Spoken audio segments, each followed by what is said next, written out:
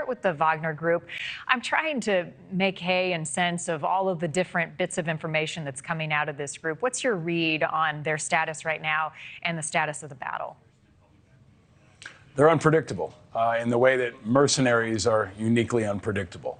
They're hired guns, Marni, and they've put together a force that fights and kills and dies for money. They're scraping the bottom of the barrel sometimes in Russian society to include criminals in their forces.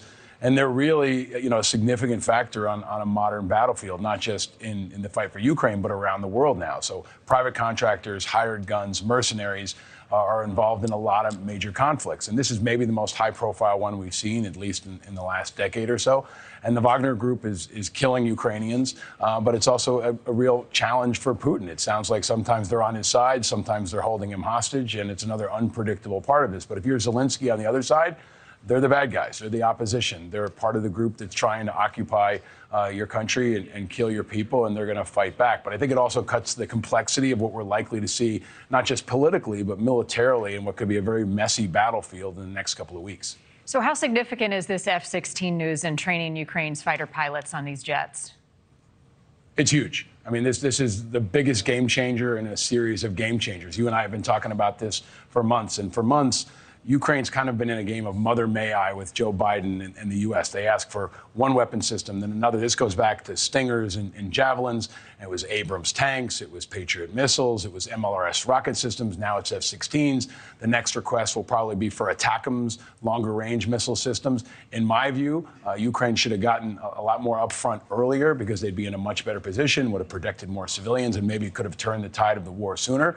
But all of NATO and the West is now going to unlock training for F-16s. They could be in the fight as soon as the fall, and I think it'd be a real game changer.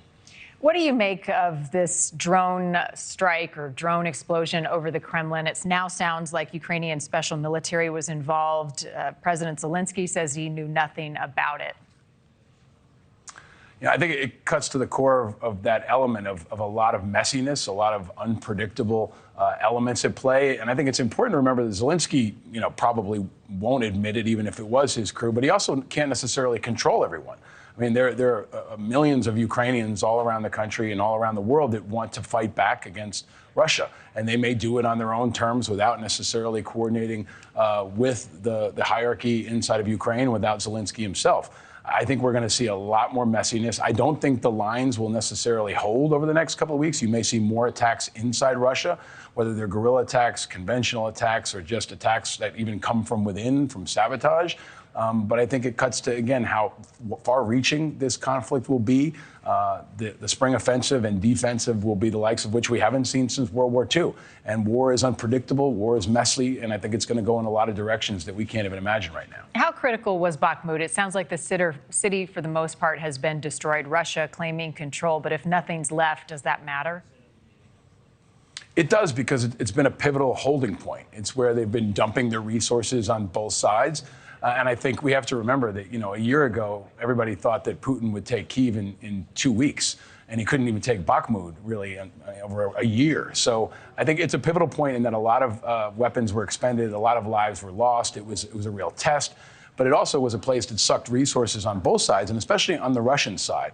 I think we have to realize that Russia's lost a significant percentage of its military. Here in the U.S., folks may say, we're spending too much money. We spent only about 5% of our defense budget, and we've taken out roughly half of the Russian military capacity. I think anybody would have taken that in the Cold War. But now to do that without losing American lives is significant. And a place like Bakhmut has been a real suck for the Russian military in terms of resources, people, and assets.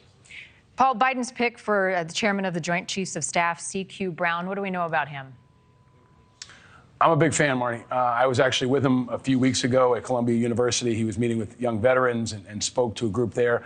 I think he's incredibly impressive. He's very inspiring. He's a humble guy that I think can really connect with the American public in a way that maybe we haven't seen before. He's a fighter pilot. He's one of the few African-American fighter pilots in his unit. And I was just really struck by how much time he spends with young people. As the military is facing some pretty tough recruiting challenges, I think C.Q. Brown is going to be a historic pick.